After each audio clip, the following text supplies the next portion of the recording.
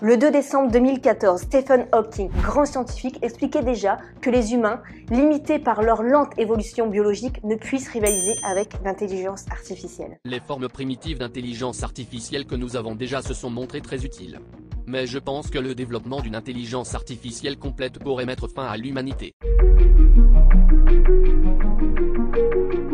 Nous sommes désormais en 2023 et l'intelligence artificielle s'accélère de plus en plus. Elle est présente sur toutes nos plateformes, YouTube, Instagram, TikTok. Mais elle prend aussi beaucoup d'ampleur dans ce qu'on appelait un vrai métier il y a encore moins d'un an. Rédacteur web, graphiste, monteur vidéo. Alors à ce rythme, que va devenir l'humanité dans moins de 10 ans? Maintenant, imaginez, et si l'intelligence artificielle était une chance? Et si, comme dans Interstellar, le film de Christopher Nolan, l'intelligence artificielle pouvait être le plus à même de décrire le futur des intelligences artificielles, sans tomber dans un futur sombre. TARS, le nom du robot, ne ressemble à aucun autre robot dans le 7e art. Il n'est pas humanoïde et il n'a pas une intelligence qui dépasse celle de l'humain. Et parfois même, il peut remplacer l'humain. Mais les paramètres sont toujours modifiables, comme par exemple le paramètre humour. On lui a mis un paramètre humour pour qu'il s'intègre mieux dans son unité. Et il croit que ça nous détend. Et donc pouvoir paramétrer aussi facilement un robot, ça éviterait sûrement beaucoup de dérives. Parce que à l'inverse, dans un autre film, Transcendance, avec Johnny Depp, on a une toute autre image du futur avec l'intelligence artificielle. Et ça rejoint même la vision de Stephen Hawking. Le docteur Will Castor, qui est joué par Johnny Depp, est atteint d'un virus et devient muté en intelligence artificielle. Et donc son accès sans limite aux réseaux et aux technologies font de lui un danger, parce que les humains se voient finalement dépassés par cette nouvelle technologie. Alors ma vision, moi, de l'intelligence artificielle, ce n'est pas que l'intelligence artificielle va devenir plus intelligente que les humains, mais ça va être plutôt que les humains vont devenir moins intelligents que l'intelligence artificielle. Et personne n'avait été aussi impressionné par l'intelligence artificielle qu'en 2023. On peut lire que même le patron d'entreprise de ChatGPT a eu même peur de ce qu'il a créé, des livres écrits tout seuls par l'intelligence artificielle sur Amazon, des étudiants qui réussissent leur diplôme grâce à ChatGPT, la création d'entreprises et de bonnes idées, utiliser l'intelligence artificielle pour ressusciter les morts, mais aussi l'intelligence artificielle de Midjourney. On lui demande en une phrase ce qu'on veut comme image, il va nous la créer en quelques secondes de toutes pièces. C'est à la base, en 1950, par Alan Turing, qu'on a évoqué ce terme d'intelligence artificielle, où il a créé une machine qui devait représenter l'intelligence humaine. Mais ce n'est que 6 ans plus tard, par John McCarthy, que le terme d'intelligence artificielle est sorti pour la première fois lors de sa conférence. Mais une question que l'on peut se poser, est-ce que finalement l'histoire n'est pas en train de se répéter? Est-ce que les anciennes civilisations n'ont pas été éteintes par des technologies plus avancées que. Par exemple, le peuple des Atlantides, c'était un peuple connu pour des avancées technologiques assez impressionnantes pour cette époque. Et pourtant, ils ont disparu. Est-ce que les Égyptiens, avec les pyramides, n'avaient pas accès aussi à des technologies plus avancées ?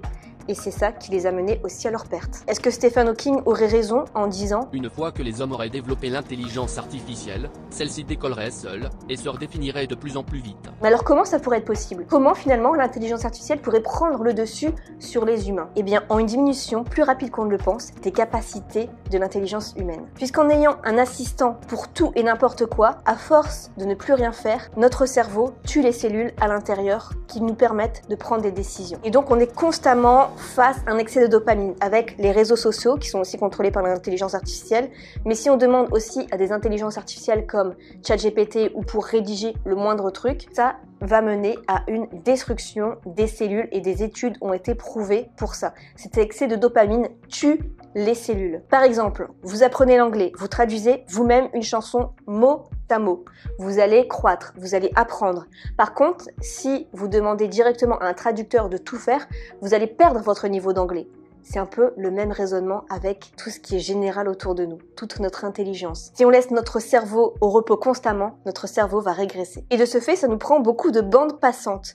Il a été prouvé par plusieurs grandes études qu'une bande passante élevée réduit notre QI de 13 à 14 points. Alors, c'est connu que l'être humain a toujours été de plus en plus intelligent, mais c'est terminé. Ça a déjà commencé. La régression a déjà commencé, c'est ce qu'on appelle l'effet Flynn. Ce sont 2 économistes qui ont prouvé que le QI de l'être humain est déjà en train de baisser. En gros, moins vous réfléchissez par vous-même, plus d'autres vont le faire à votre place. Et ce ne sera pas des humains. Et nous n'aurons peut-être même plus le recul nécessaire pour paramétrer les robots, comme dans interstellaire avec TARS.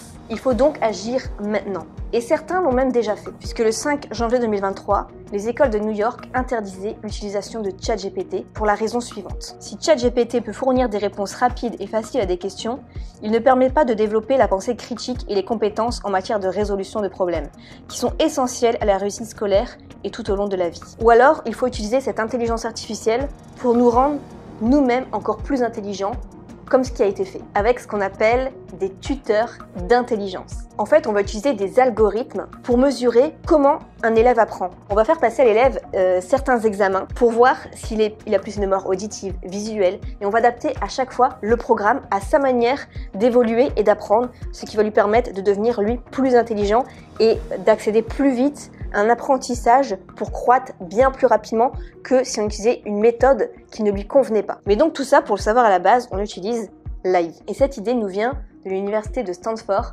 qui étudie depuis 100 ans l'intelligence artificielle. En tout cas, à mon sens, ceux qui continueront de percer, ceux qui n'auront pas de problème à s'adapter, seront ceux qui garderont une capacité de concentration dans un monde de distraction et qui garderont une réflexion personnelle qui sera intéressante à suivre pour les vrais humains. Parce qu'après tout, la personnalité d'un humain est propre à chacun, contrairement aux robots. Petite note, ce script YouTube n'a pas été réalisé par une intelligence artificielle. Dites-moi ce que vous en pensez dans les commentaires. Pour vous, comment sera le futur de l'intelligence artificielle? Et si vous souhaitez, j'ai un cadeau pour vous avec des prompts ChatGPT pour réussir dans votre business en ligne. C'est entièrement gratuit. Vous avez accès à 3 prompts ChatGPT qui sont normalement payantes, mais j'ai vu avec le créateur de ces prompts pour vous offrir en tout cas ces 3 prompts. Vous pouvez le télécharger gratuitement sous cette vidéo. Je vous souhaite plein de succès et à la prochaine.